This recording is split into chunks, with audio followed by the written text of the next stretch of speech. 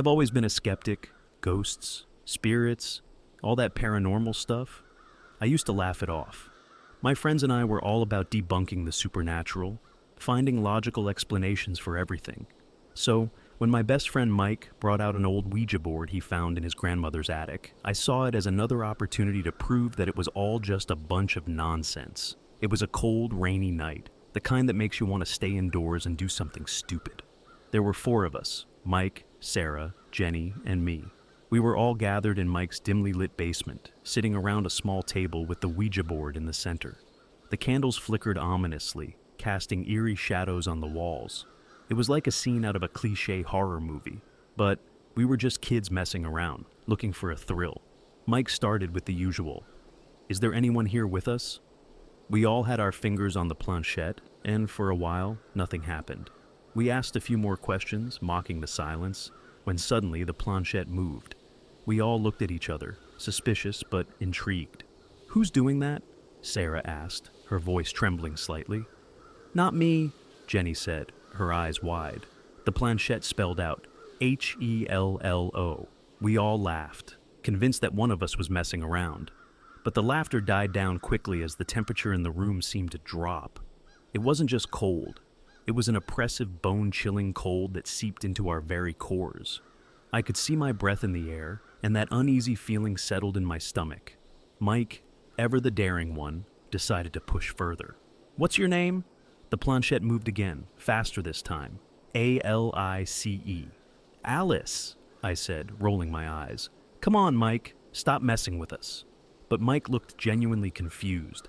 "I'm not doing it, man, I swear." The planchette started moving again, more forcefully this time. "Getout," Jenny shrieked, pulling her hands away. "This isn't funny anymore. Let's stop." But I was stubborn. I refused to believe that a simple piece of wood and plastic could be causing such a reaction. "Fine, Alice," I said mockingly. "What do you want?" The planchette shot to the word blood. That was enough for Sarah. She stood up, knocking over her chair. "I'm done. This is too creepy." We all decided to call it a night, packing up the Ouija board and blowing out the candles. The oppressive cold lifted, and we tried to laugh it off, but the atmosphere had changed. Something lingered in the air, a sense of unease that none of us could shake. That night, I had the most vivid and horrifying dream of my life. I was standing in a dark, endless forest, the trees twisted and gnarled like tortured souls. I could hear whispers all around me, but I couldn't make out the words. Then, I saw her. A pale, ghostly figure of a young girl with long, matted hair and hollow black eyes. She was standing just out of reach, staring at me with an intensity that made my skin crawl. "Help me," she whispered, her voice echoing in my head. I tried to move towards her, but my legs felt like they were stuck in quicksand. The more I struggled, the further away she seemed to get. The whispers grew louder, more frantic, until they were deafening. I woke up drenched in sweat, my heart pounding. It was just a dream, I told myself, trying to shake off the lingering fear. The next few days were a blur. I couldn't concentrate on anything. Every time I closed my eyes, I saw her face. I heard her voice. I felt her presence. My friends were worried about me, but I brushed it off, saying I was just tired or stressed. Then things started happening. Small things at first. Objects moving on their own, strange noises in the middle of the night. I would find scratches on my arms and legs that I couldn't explain. My room grew colder, no matter how high I turned up the heat. The air was thick with a sense of dread, like something was watching me, waiting for the right moment. One night, I woke up to the sound of whispering. I looked around, but my room was empty. The whispers grew louder, more insistent. I followed them, my heart pounding in my chest, down to the basement. The Ouija board was lying on the table, even though I was sure we had put it away. The planchette was moving on its own, spelling out one word over and over again. Alice. I tried to throw the board away, but it kept coming back. I would find it in my room, on my bed, even in my backpack. No matter what I did, I couldn't get rid of it. And the dreams got worse. Alice was always there, always watching, always whispering. "Help me," she would say. "Please, help me." I was losing my mind. I could feel her, even when I was awake. She was always there, just out of sight, just beyond reach. My friends tried to help, but they couldn't see her. They couldn't hear her. They thought I was going crazy. Then, one night, everything changed. I was lying in bed, trying to ignore the whispers, when I felt a cold hand on my shoulder. I turned around, and there she was, standing right next to me. Her eyes were empty, soulless pits of darkness. She opened her mouth, and I heard her voice in my head. "Come with me," she said, and then everything went black. I woke up in a place that was both familiar and alien. The forest from my dreams, but it was real. The air was thick with fog, the ground cold and damp. I was alone, but I could hear the whispers all around me. I was trapped. The forest felt alive. Every step I took seemed to echo through the trees, the whispers following me like an unholy chorus. I had no idea where I was or how I had gotten there, but the terror that gripped my heart was very real. I had to find a way out, but the deeper I ventured into the woods, the more lost I felt. The landscape was a twisted mockery of nature. Trees with gnarled branches seemed to reach out, clawing at me as I passed. The ground was uneven, covered in a thick layer of decaying leaves that crunched underfoot, releasing a foul, earthy stench. The sky above was a perpetual twilight, neither day nor night, casting an eerie, muted light over everything. As I stumbled through the forest, I noticed strange symbols carved into the trees. They were crude and unfamiliar, each one more unsettling than the last. It felt like they were watching me, tracking my every move. I tried to avoid looking at them, but their presence was impossible to ignore. Hours, maybe days, passed in a blur. Time had no meaning in that forsaken place. My body ached, my mind was in tatters, and the whispers never ceased. They grew louder, more insistent, as if urging me towards something. But what? I had no idea. All I knew was that I needed to keep moving, to find some way out of this nightmare. It wasn't long before I started seeing shadows flitting through the trees. At first, I thought it was my mind playing tricks on me, but soon I realized I wasn't alone. Dark, humanoid figures moved just beyond my line of sight, disappearing whenever I tried to get a closer look. Their presence was suffocating, a constant reminder that I was being hunted. I came across a clearing, a brief respite from the oppressive forest. In the center stood an old, crumbling stone altar, covered in moss and vines. It felt ancient, like it had been there for centuries, maybe even millennia. There were more of those strange symbols etched into the stone, and as I approached, I felt a strange pull, like something was drawing me in.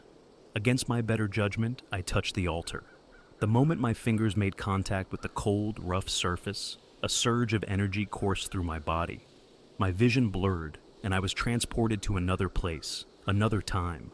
I saw glimpses of rituals, shadowy figures chanting in a language I couldn't understand, and a girl, Alice, standing at the center of it all. She looked different, younger, more alive. But there was a darkness in her eyes, a sorrow that seemed to span lifetimes.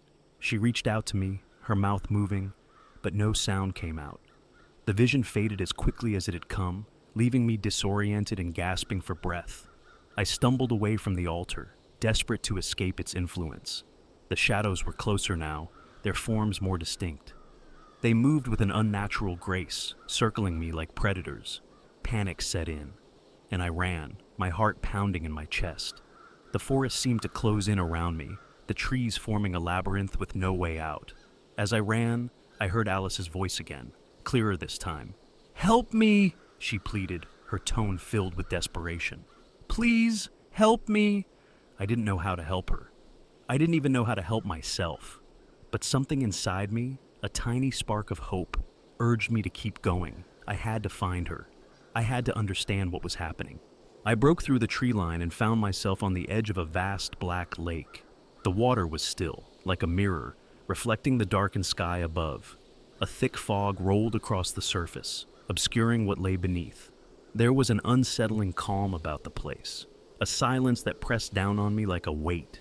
On the shore, I saw a small, decrepit rowboat, barely held together by rusted nails and rotting wood. It seemed like the only way across, and despite my fear, I knew I had to take it.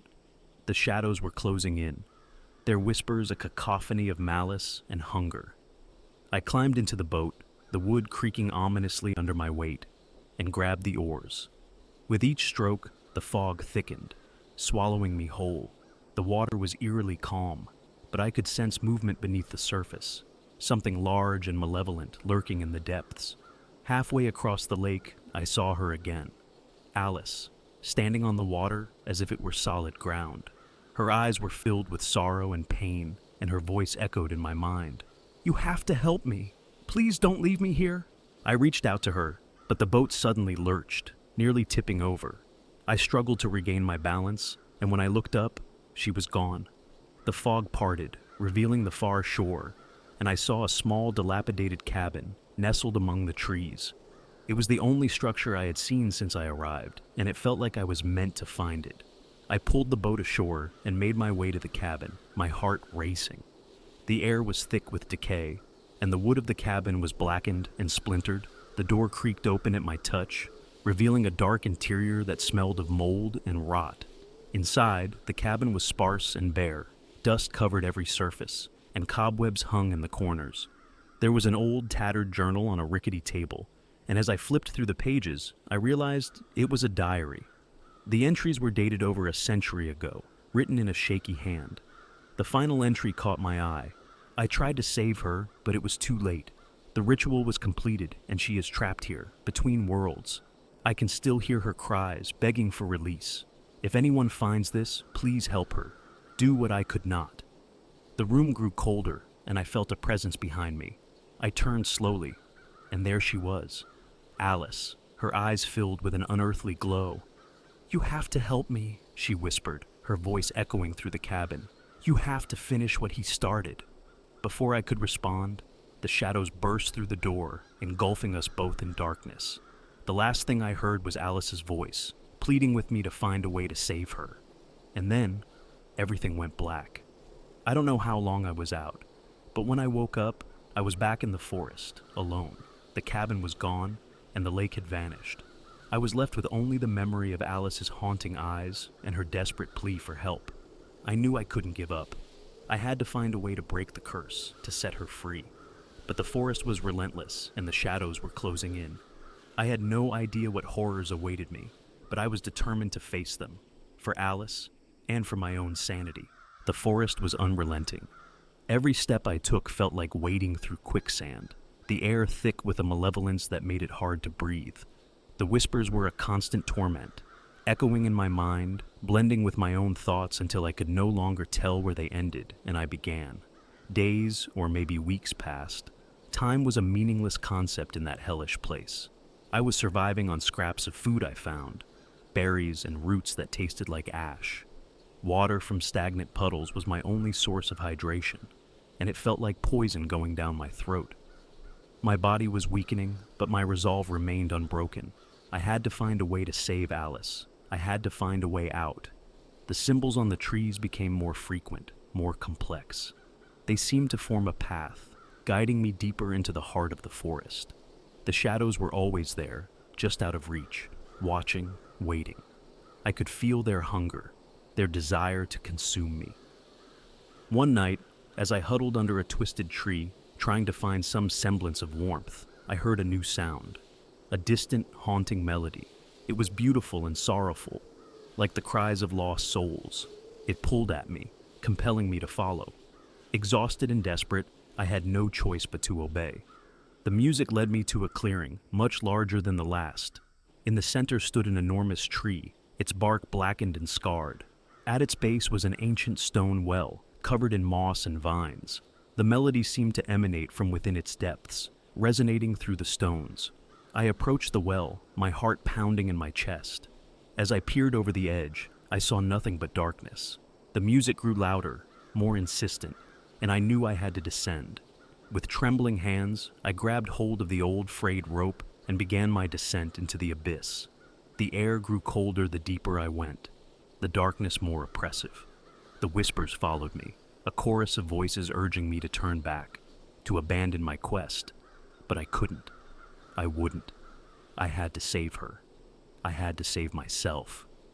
After what felt like an eternity, I reached the bottom. The air was frigid, and the walls of the well were slick with moisture. I could see faintly glowing symbols carved into the stone, casting an eerie light. The melody had stopped, replaced by an unsettling silence. I found myself in a narrow tunnel, barely wide enough to squeeze through. The walls seemed to pulse with a dark energy, and the floor was uneven and treacherous. I pressed on, my breath coming in ragged gasps. The tunnel twisted and turned, leading me deeper into the earth. Eventually, I emerged into a cavernous chamber, lit by an unnatural flickering light. In the center of the room was a massive stone altar, similar to the one in the forest, but much larger and more elaborate.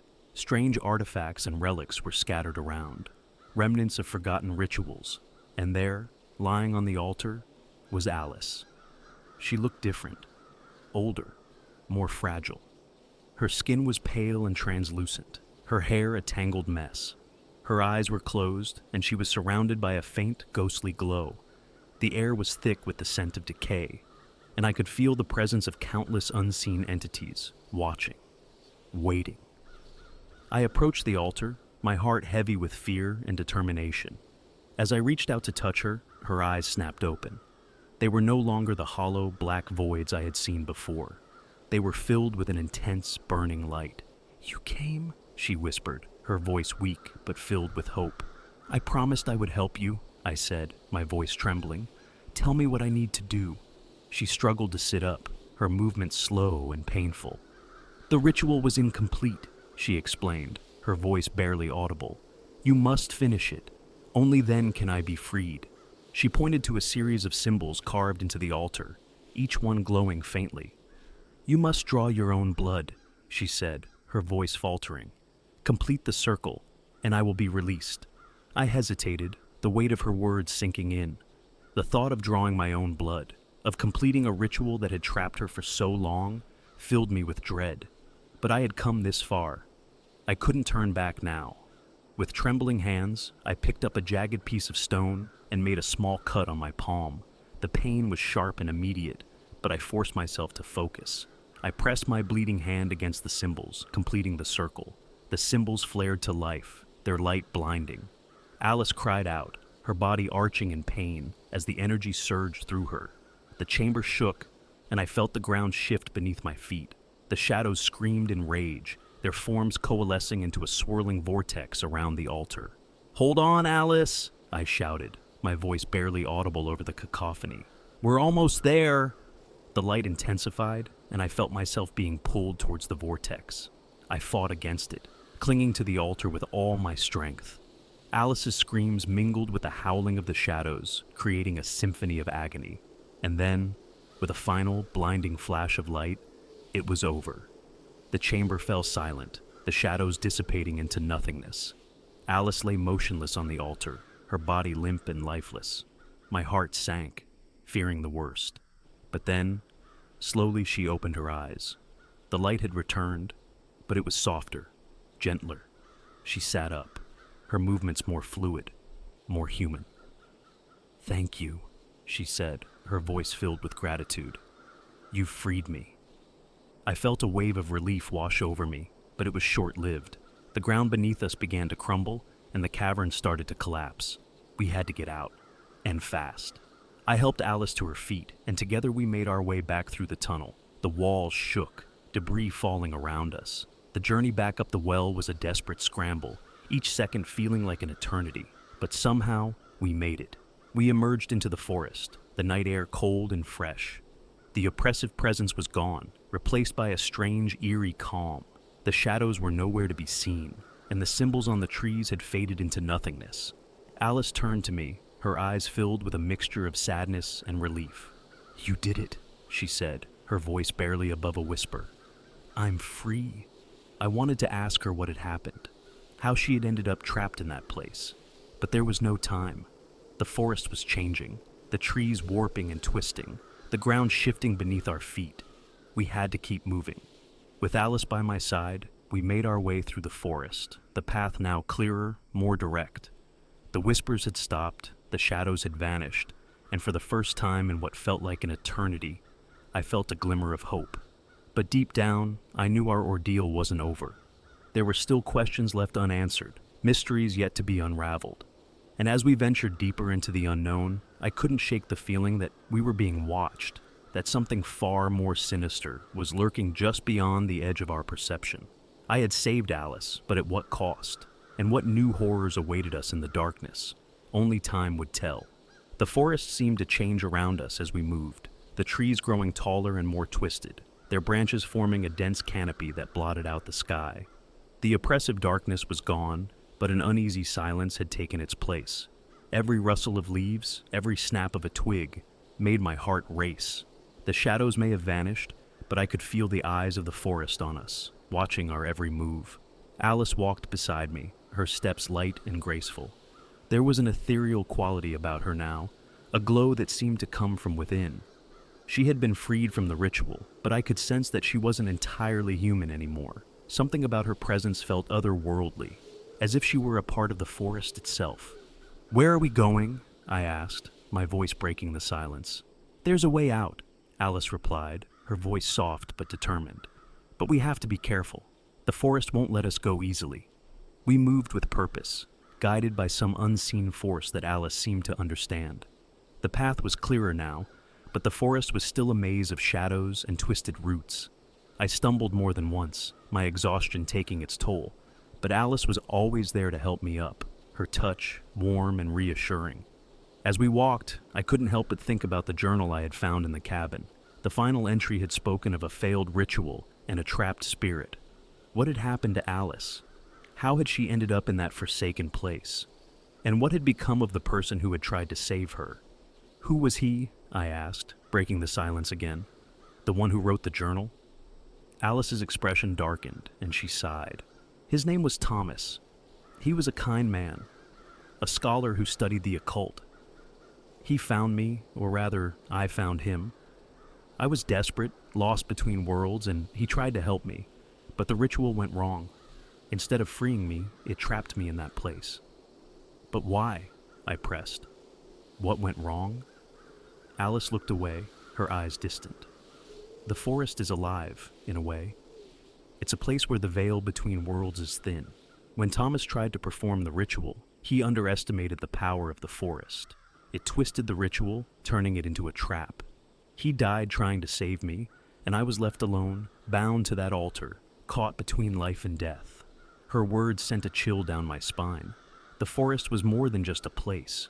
It was a malevolent force, a living entity that fed on despair and fear. And now, it wanted us. We continued in silence, the weight of her story heavy on my mind. The path led us to a large, ancient tree with a hollow trunk. Alice stopped, her eyes fixed on the tree. "This is it," she said, her voice barely above a whisper. "The way out." I looked at the tree, its bark covered in strange, glowing symbols. The hollow was dark, an abyss that seemed to swallow the light. I felt a surge of fear, but also a glimmer of hope. This was our chance. Alice took my hand, her grip firm. "We have to go through together," she said. "No matter what happens, don't let go." I nodded, swallowing my fear. Together we stepped into the hollow, the darkness enveloping us. For a moment, I felt weightless, suspended in a void. Then, the world shifted, and we were falling, tumbling through the darkness. We landed hard on cold, damp ground. I gasped for breath, disoriented and nauseous. The air was thick with the scent of decay, and I could hear the distant sound of water dripping. We were in a cave, the walls slick with moisture and covered in glowing moss. Alice helped me to my feet, her expression grim. "We're close," she said, "but we have to hurry. The forest knows we're trying to escape."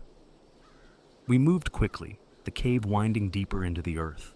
The air grew colder, and the sound of dripping water grew louder. The walls were covered in strange symbols, similar to those in the forest, but more intricate and menacing. As we rounded a corner, I saw a faint light ahead. It was different from the eerie glow of the moss, warmer, more inviting. We hurried towards it, hope driving us forward. We emerged into a large circular chamber. In the center was a pool of water, its surface perfectly still. Above it, a beam of light shone down from a small opening in the ceiling, illuminating the water with a soft, golden glow. "This is it," Alice said, her voice filled with awe. "The portal. It will take us back to the real world." We approached the pool, the light reflecting in Alice's eyes. She turned to me, her expression serious. "Once we go through, we can't come back. Are you ready?" I nodded, my heart pounding. Let's do it. We stepped into the pool, the water cold and clear. The moment we were fully submerged, I felt a pull, a force dragging us upwards towards the light. The cave disappeared, replaced by a blinding white light that consumed everything. When the light faded, we were standing in a familiar place, Mike's basement. The Ouija board was still on the table, the candles burned down to stubs. The room was warm, the oppressive cold gone. We made it, I whispered, barely able to believe it. Alice smiled, her expression bittersweet. Yes, we did. But there's one last thing I have to do. Before I could ask what she meant, she walked over to the Ouija board and placed her hand on the planchette. It moved quickly, spelling out a single word. F-R-E-E. She turned to me, tears in her eyes. Thank you, she said, her voice filled with gratitude. You've given me my freedom. Now, I can finally rest. With that, she began to fade, her form becoming translucent. I reached out, but my hand passed through her. She smiled one last time, and then she was gone. A faint glow, the only evidence she had ever been there. I collapsed to the floor, exhaustion and relief washing over me. It was over. The nightmare was finally over. But as I sat there, I couldn't shake the feeling that something was still watching, still waiting. The forest had let us go, but at what cost? And what new horrors lay in wait? Only time would tell. I don't know how long I sat in Mike's basement, staring at the empty space where Alice had vanished. The weight of everything that had happened pressed down on me, and I felt an overwhelming sense of exhaustion. But there was also a nagging feeling in the back of my mind, a sense that something was still unresolved. I forced myself to stand, my body aching with fatigue. I needed to see my friends, to tell them what had happened. I climbed the stairs and found them in the living room, huddled together, their faces pale and worried. "You're back!" Sarah exclaimed, rushing over to hug me. "We were so worried. You've been gone for 2 years." Her words hit me like a punch to the gut. 2 years? It felt like only days had passed in that twisted forest. The realization sent a shiver down my spine, but there was no time to dwell on it. I had to tell them everything. I recounted the entire ordeal, from the moment we first used the Ouija board to the final moments in the forest. Their faces went from confusion to horror as I spoke, and by the time I finished, the room was silent. "We need to destroy the Ouija board," Mike said, his voice trembling. "It's the only way to make sure this never happens again." We agreed, and together we took the board outside. We doused it in gasoline and set it on fire, watching as the flames consumed it. The wood cracked and splintered, the planchette turning to ash. I felt a sense of relief, but it was fleeting. The unease was still there, lurking in the shadows. In the days that followed, I tried to return to a normal life, but it was impossible. The experience had changed me. I couldn't sleep without seeing Alice's face, hearing her voice. The forest haunted my dreams, and the whispers never truly left. One night, I woke to a strange sound, an all too familiar whispering. My heart raced as I got out of bed, following the sound down the hallway to the living room. There, on the coffee table, was the Ouija board, pristine and whole, as if it had never been burned. I felt a surge of terror and disbelief. How was this possible? I had seen it destroyed with my own eyes. My hands trembled as I approached the board, the whispers growing louder, more insistent. Against my better judgment, I placed my fingers on the planchette. It moved immediately, spelling out a message with a speed and force that made my heart pound. Youarenext. I recoiled, stumbling back. The board sat there, mocking me, a reminder that the nightmare was far from over. The forest hadn't let me go. It had merely let me believe I was free. The shadows were still watching, still waiting for their chance. I had to find a way to end this once and for all. I couldn't let the darkness consume me. With a sense of dread, I realized that the only way to truly escape was to go back, to confront the malevolent force that held Alice captive and end it at the source. I didn't tell my friends. I couldn't drag them into this again. I packed a bag with supplies and made my way back to Mike's house, to the basement where it all began. The Ouija board was still there, untouched. I took a deep breath, steeling myself for what was to come, and placed my hands on the planchette. "Take me back," I whispered, my voice steady despite the fear gnawing at my insides. The planchette moved slowly this time, as if savoring the moment. Youarenottalone. The room spun, and I felt a familiar pull dragging me back into the darkness. I closed my eyes, bracing myself for the cold, oppressive atmosphere of the forest. But when I opened them, I was in a place I had never seen before, a vast, empty expanse of darkness. The ground beneath me cold and hard. The whispers were deafening, a cacophony of voices that filled the air. I turned slowly, trying to get my bearings, when I saw her. Alice, standing a few feet away, her eyes filled with sorrow and determination. "You came back," she said, her voice barely audible over the din. "I had to," I replied, my voice firm. "I have to end this." She nodded, stepping closer. "There's only one way to break the cycle. You have to confront the source of the darkness, the heart of the forest." She pointed to a distant glow, a faint light barely visible in the inky blackness. "It's there," she said, "but it's dangerous. The shadows will try to stop you." I took a deep breath, nodding. "I'm ready." Alice smiled, a sad, knowing smile. "Thank you," she whispered, "for everything." We moved together towards the light, the whispers growing louder, more frantic. The ground shifted beneath us, trying to throw us off balance. I could feel the shadows closing in, their malevolent presence pressing down on me. As we neared the light, I saw it. A pulsating dark mass, like a heart made of shadows and despair. It throbbed with a sickly glow, casting twisted shadows on the ground. The air around it was thick with an oppressive energy, and I could feel the darkness trying to pull me in. "This is it," Alice said, her voice steady. "You have to destroy it." I nodded, my resolve unwavering. I stepped forward, reaching out to touch the heart of the darkness. The moment my fingers made contact, a surge of pain shot through me, and I cried out. But I didn't pull back. I focused all my energy, all my willpower, on breaking the hold the darkness had on us. The shadows screamed, their voices mingling into a single agonized wail. The heart pulsed violently, cracks forming along its surface. The light grew brighter, more intense, until it was blinding. With a final, shattering cry, the heart exploded, the darkness dissipating into nothingness. The force of the blast threw me back, and I landed hard on the cold ground, gasping for breath. When I opened my eyes, I was back in the forest. But it was different now. The trees were tall and green, the air fresh and clear. The oppressive atmosphere was gone, replaced by a sense of peace and tranquility. Alice was standing beside me, her form solid and human. She smiled, her eyes filled with gratitude. "You did it," she said. "You broke the curse." I smiled back, relief washing over me. "We did it," I corrected her. The forest began to fade, the trees and sky dissolving into light. I felt a warmth envelop me, and I knew it was over. The nightmare was finally over. I woke up in Mike's basement, the morning sun streaming through the windows. The Ouija board was gone, replaced by a sense of calm and normalcy. I stood up, feeling a weight lifted from my shoulders. My friends rushed in, their faces filled with concern and relief. "Are you okay?" Sarah asked, her voice trembling. I nodded, smiling. "Yeah, I'm okay. It's over." We hugged, and I felt a sense of closure. The darkness had been defeated, and Alice was finally at peace. But as we stood there, I couldn't shake the feeling that the forest would always be a part of me, a reminder of the horrors we had faced and the strength it had taken to overcome them.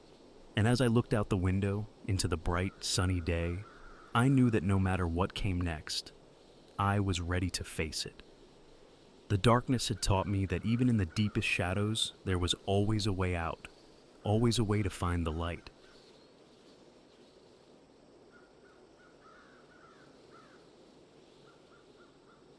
I've always been a skeptic, especially when it came to paranormal stuff. Ghosts, demons, curses, none of that ever held any real weight for me. So, when my friends Michael, Lisa, and Eric suggested we play with a Ouija board, I was game, even though I'd heard the old stories about cursed forest. The name itself was enough to send chills down your spine, but it was just a name, right? Old folks love to spin tales to keep kids out of the woods at night. At least, that's what I thought. The plan was simple. We'd hike to the center of the forest, set up camp, and have a spooky night. It was early October, the air was crisp, and the leaves had turned that beautiful mix of red and gold. We packed our bags with the usual camping gear, and, of course, Michael's old Ouija board. The board was ancient, a hand-me-down from his grandmother. Its letters and numbers were faded, but still legible, and the planchette had a smooth, worn feel to it. We set out in the late afternoon. The hike was longer than I remembered, the path winding deeper into the woods. The deeper we went, the darker it got, even though the sun hadn't fully set. There was an unnatural stillness that blanketed the forest. No birds, no rustling leaves, just the sound of our footsteps crunching on the path. As we walked, Lisa kept glancing over her shoulder, clearly uneasy. "You guys ever hear the stories about this place?" she asked, trying to keep her voice casual. "Yeah, they're just stories," Eric replied with a laugh. "Old people trying to scare kids away from their moonshine stills." But Lisa wasn't convinced. "My grandma used to tell me about a girl who went missing here. Said she was never found, just vanished without a trace." "Yeah, well, I'm sure she's sipping margaritas in Mexico by now," I joked, trying to lighten the mood. But the unease in the pit of my stomach was growing. We finally reached a small clearing and set up our tents. The sky had darkened, stars beginning to peek through the canopy above. We built a fire, its flickering light casting eerie shadows around us. After a quick dinner of canned beans and hot dogs, it was time. Michael pulled out the Ouija board, setting it on a flat rock. We sat in a circle, knees touching, the fire crackling beside us. The air was thick with anticipation, and maybe a hint of fear. We placed our fingers on the planchette, and Michael began the ritualistic chant we'd seen in movies. "Is there anyone here with us?" he asked, his voice barely above a whisper. For a moment, nothing happened. Then, slowly, the planchette began to move. At first, I thought it was Michael, but the look of surprise on his face told me otherwise. It moved to yes. "Who are you?" Lisa asked, her voice trembling. The planchette spelled out Sarah. "Sarah, what do you want?" I asked, my skepticism giving way to genuine curiosity. "Helpme," it spelled out slowly. "What happened to you, Sarah?" Eric asked. The planchette paused, then began moving rapidly. LOSTINTHEWOODS. A cold breeze rustled through the trees, and the fire flickered. We all jumped, looking around nervously. "Did you die here?" I asked, my mouth dry. "YES," it spelled, and then began moving again before we could ask another question. RUN. "Run from what?" Michael asked, his voice shaking. The planchette moved frantically now. DEMON. A sudden chill enveloped the clearing, and the fire extinguished as if snuffed out by an unseen hand. We were plunged into darkness. Panicked, we scrambled for our flashlights. In the beam of my flashlight, I saw her. Just for a second. A girl. No older than 12, standing at the edge of the clearing. Her eyes were hollow, her skin pale and translucent. Then she was gone. "Did you see that?" Lisa screamed, her flashlight shaking in her hand. "We need to leave now," Michael shouted, grabbing the Ouija board and stuffing it back into his bag. We packed up in record time, fear fueling our movements. As we hiked back through the forest, the sense of being watched grew stronger. Shadows danced at the edge of our vision, and strange noises echoed through the trees. It felt like we walked for hours, the forest seeming to stretch on forever. My legs were burning, my breath ragged. Suddenly we stumbled upon an old, dilapidated cabin. It wasn't on our way in, and none of us remembered seeing it before. "We should go inside," Eric suggested. "We need to catch our breath." Reluctantly, we agreed. The cabin was old, its wooden walls rotting, and the door hanging on its hinges. Inside, it was just as decrepit. Dust coated every surface, and cobwebs hung from the ceiling. There was a single table in the center of the room, and on it, another Ouija board. This one looked even older than Michael's, the letters almost entirely worn away. "Weird," Michael muttered, running his hand over it. The temperature in the room dropped suddenly, our breath visible in the air. The door slammed shut behind us, and the planchette on the table began to move on its own. LEAVE, it spelled out, moving faster and faster. NOW. Without a word, we bolted for the door. It took all our strength to pull it open, and we burst out into the night, not stopping until we were back on the trail. We didn't stop until we reached the edge of the forest, collapsing on the ground in exhaustion. None of us spoke on the ride home, the silence filled with our shared fear. That night, I lay in bed, the events replaying in my mind. Just as I was drifting off to sleep, I heard a whisper, faint but clear. HELPME. I bolted upright, heart pounding. In the corner of my room, I saw her, the girl from the forest, her hollow eyes staring into mine. And then she was gone. I barely slept that night. Every time I closed my eyes, I saw her, Sarah. Her hollow, pleading eyes burned into my memory. I could still hear her whisper, "Help me," echoing in my ears. Morning couldn't come fast enough. When the sun finally rose, I called Michael, Lisa, and Eric to see if they had experienced anything similar. Michael answered first, sounding as exhausted as I felt. "Man, I had the worst nightmares," he confessed. "I kept seeing the girl from the forest. She was everywhere, just staring at me." Lisa chimed in next. "I didn't sleep at all. I kept hearing noises, like footsteps in my room. It felt like someone was watching me." Eric, usually the most level-headed of us, sounded unnervingly shaken. "Guys, I don't think it was just a dream. I woke up with scratches on my arm. I swear, they weren't there before." We decided to meet up at a local diner to discuss what had happened. Over greasy eggs and stale coffee, we shared our experiences. The sense of dread was palpable, and we all knew that what we had encountered in the forest was far from over. "We need to do something," Michael said, his hands trembling as he sipped his coffee.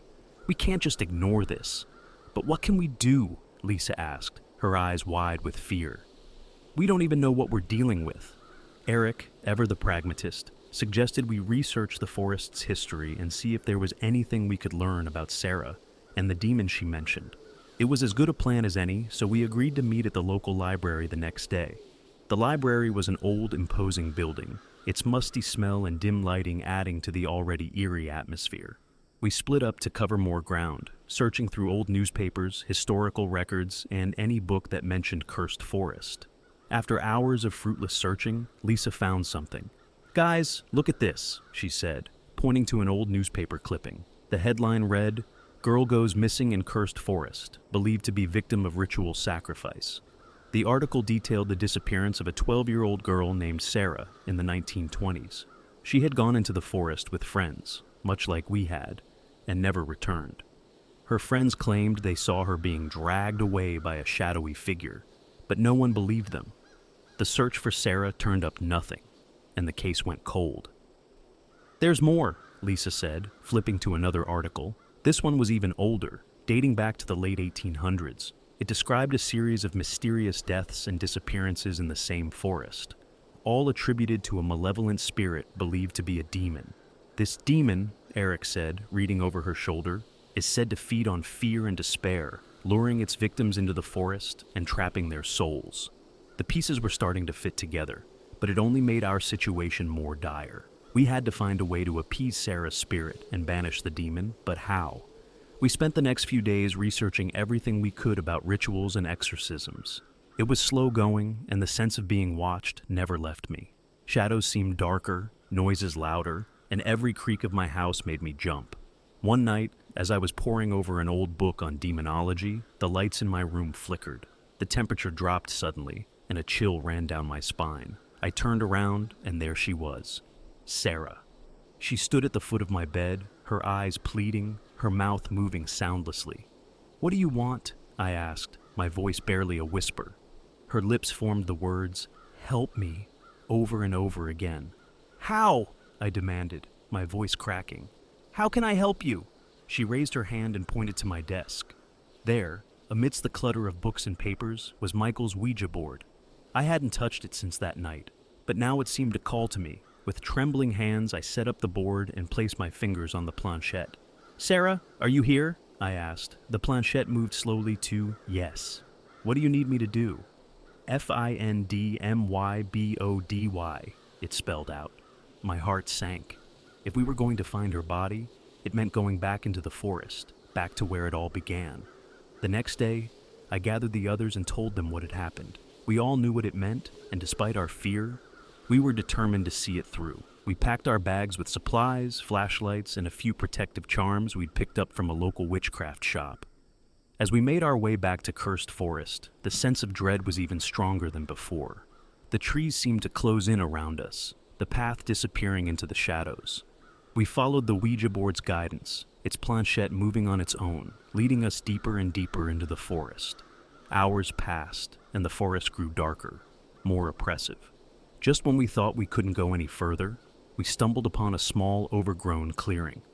In the center was a mound of earth, unmarked and forgotten.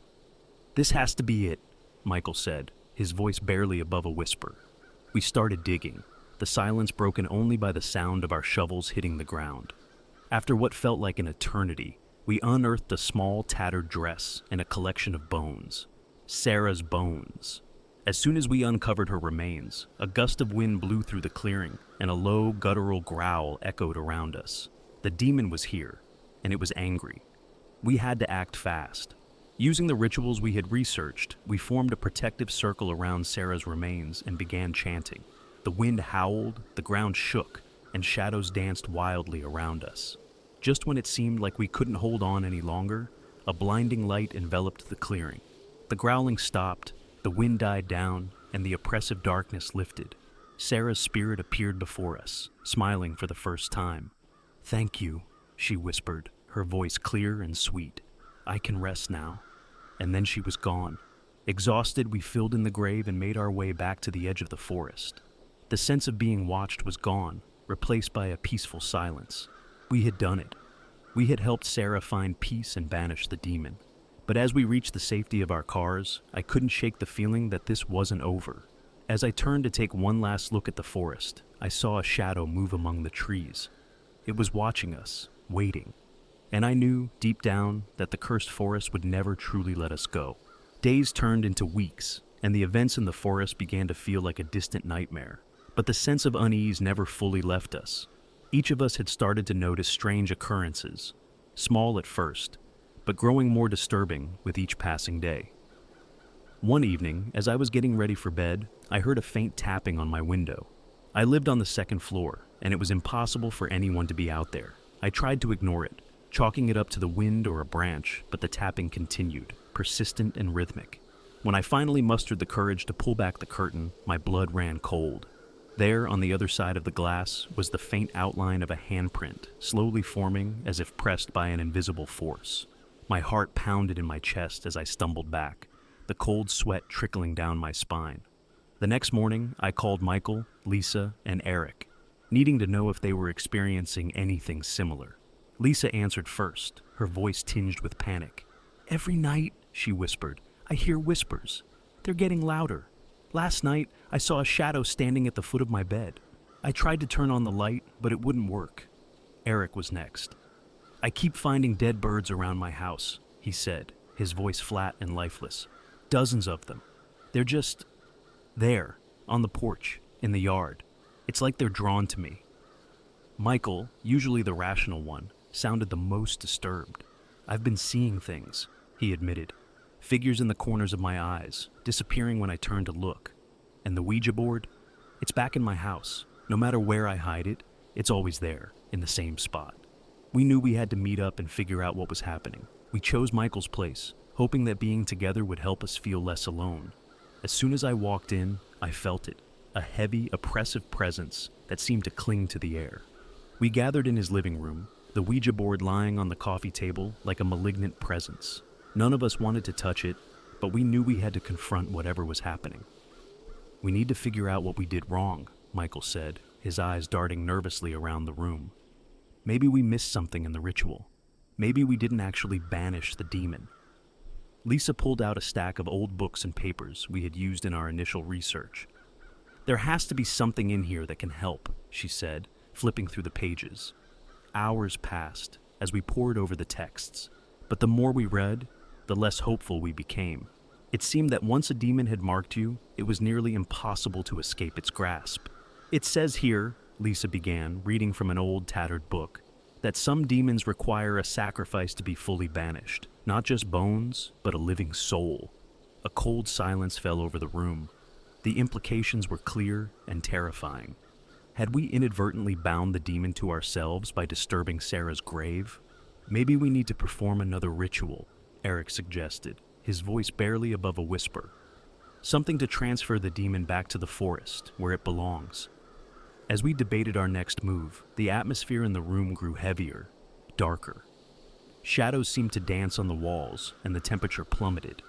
Suddenly, the lights flickered and went out, plunging us into darkness. In the dim light of our flashlights, we saw it. The shadowy figure of the demon, standing in the corner, its eyes glowing with a malevolent light. It was taller than any human, its form shifting and undulating as if made of smoke and darkness.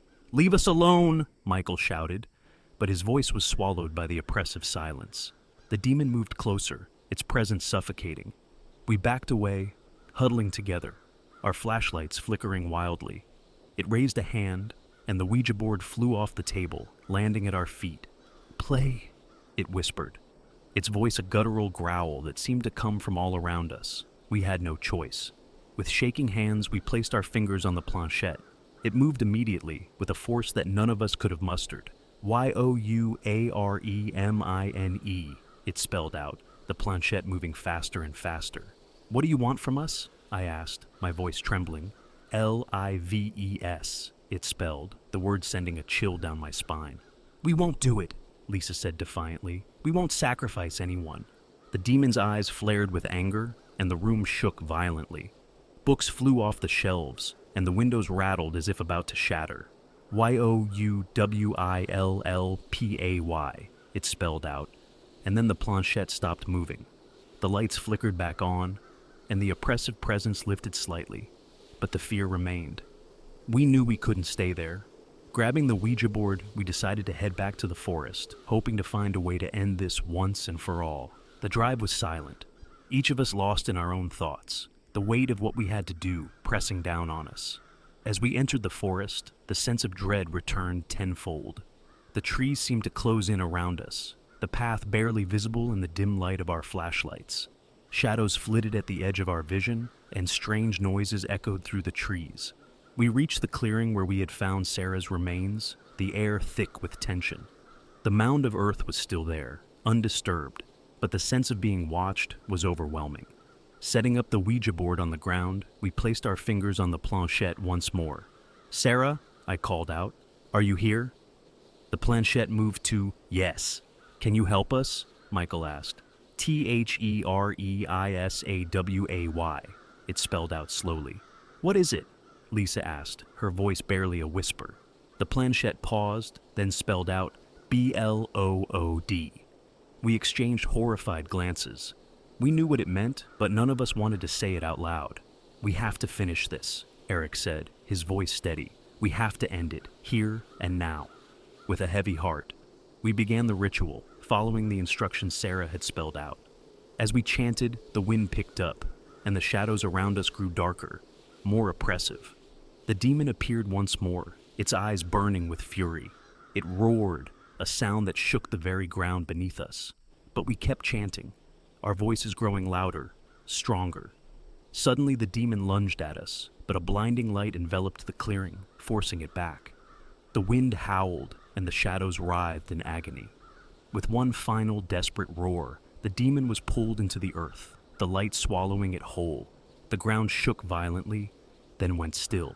Silence fell over the forest, the oppressive presence lifting completely. We collapsed in exhaustion, the weight of what we had done pressing down on us. We had succeeded. The demon was gone, banished back to the darkness from which it came. But as we made our way back to the edge of the forest, I couldn't shake the feeling that we had paid a terrible price. And I knew, deep down, that cursed forest would never truly let us go. In the days that followed, life seemed to return to a semblance of normalcy. The oppressive weight that had hung over us lifted, and for the first time in weeks, I felt like I could breathe.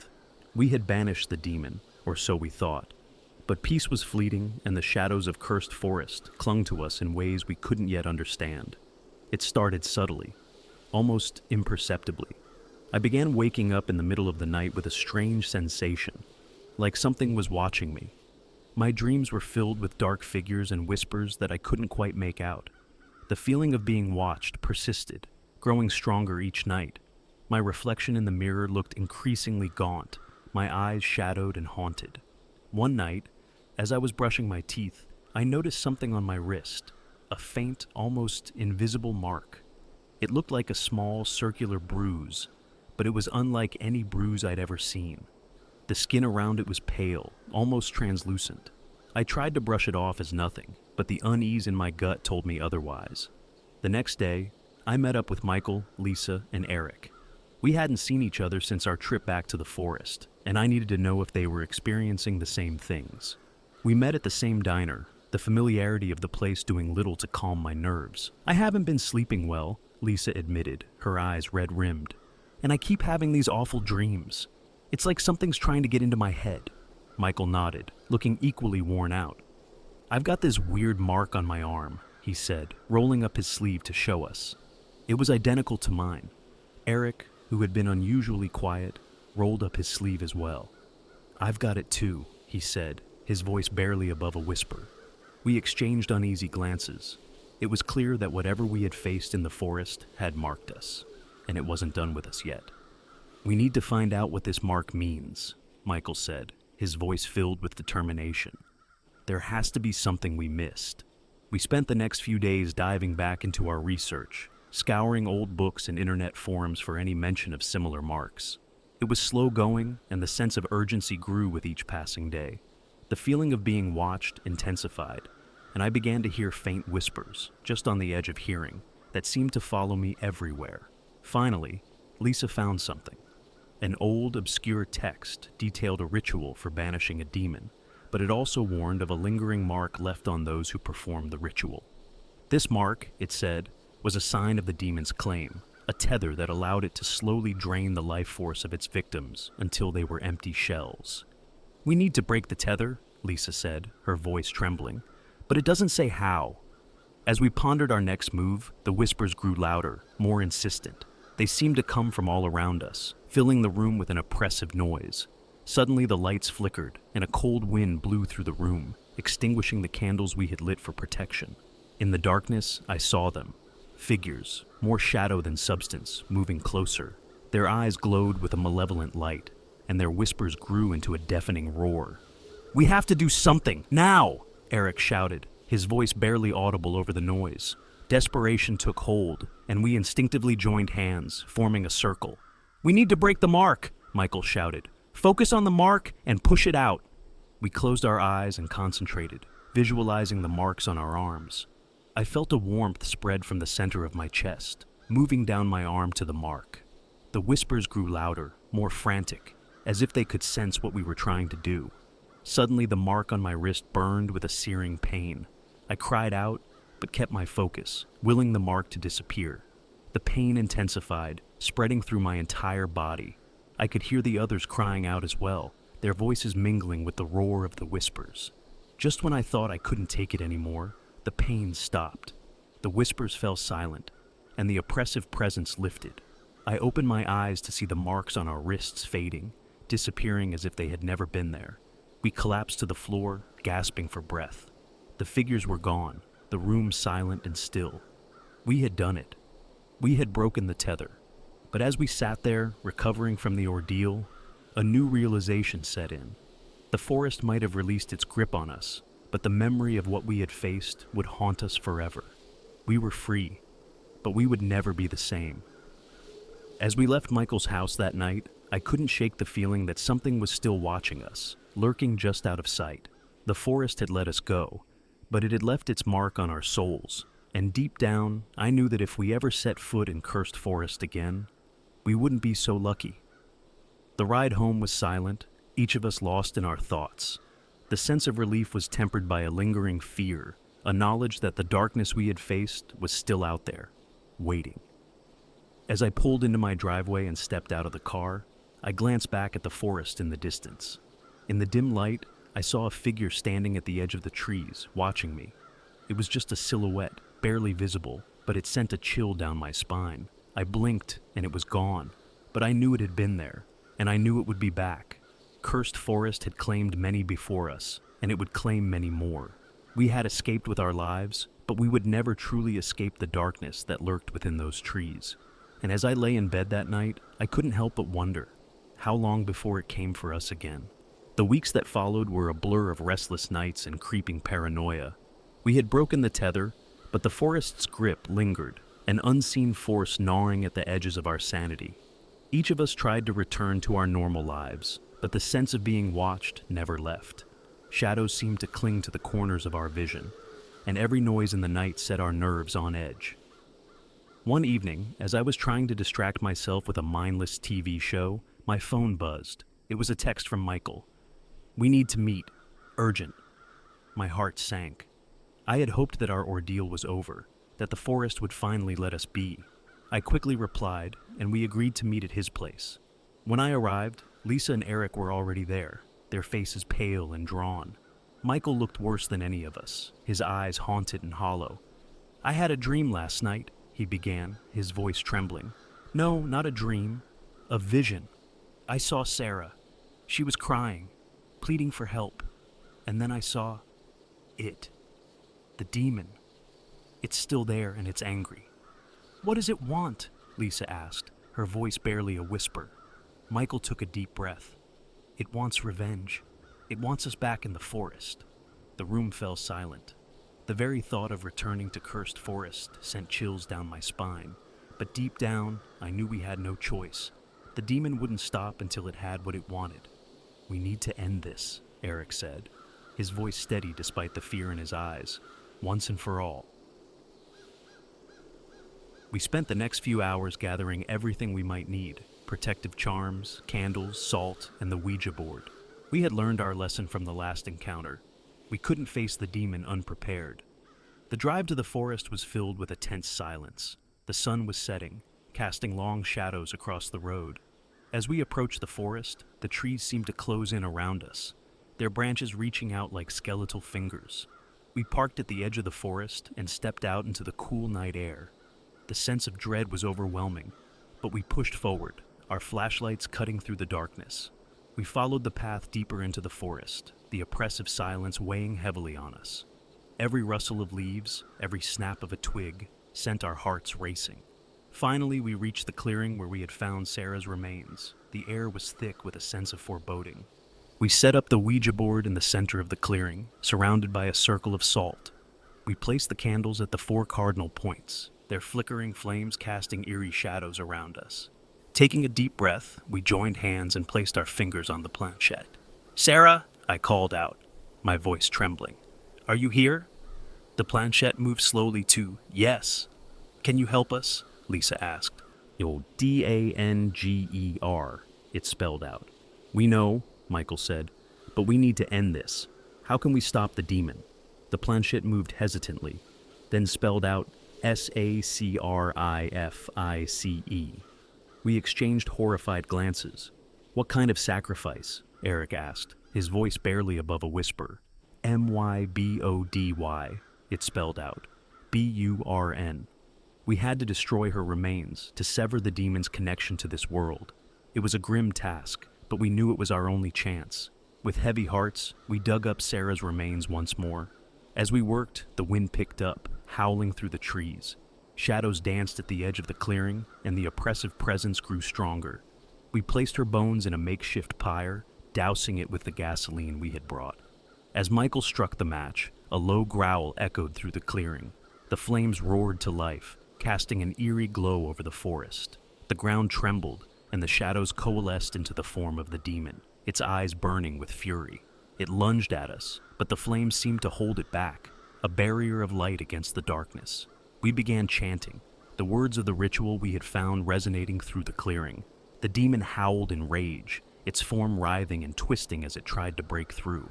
Just when it seemed the flames would falter, a blinding light enveloped the clearing. The demon let out a final, desperate roar before being consumed by the light. The ground shook violently, then went still. The flames died down, and the oppressive presence lifted completely. The air felt lighter, the forest eerily quiet. We had done it. The demon was gone, its hold on the forest broken. We stood there in stunned silence, the weight of what we had accomplished sinking in. As we made our way back to the edge of the forest, a sense of peace settled over us. We had faced the darkness and emerged victorious. But as we reached our cars and prepared to leave, I couldn't shake the feeling that this was only the beginning. The forest might be free of the demon, but the memory of what we had faced would haunt us forever. As I drove home, the road stretching out before me, I glanced back at the forest one last time. In the rearview mirror, I saw a faint figure standing at the edge of the trees, watching us leave. It was Sarah. Her face was peaceful, a faint smile playing on her lips. She raised a hand in farewell, then slowly faded into the shadows. We had freed her, but the forest had left its mark on us. And deep down, I knew that some shadows never truly disappear. We were free, but we would never be the same. The darkness we had faced had changed us, leaving an indelible mark on our souls. And as I lay in bed that night, the events of the past weeks replaying in my mind, I knew that Cursed Forest would always be a part of us, a reminder of the darkness that lurks just out of sight, waiting to claim its next victims. And I knew, with a chilling certainty, that the forest would never truly let us go.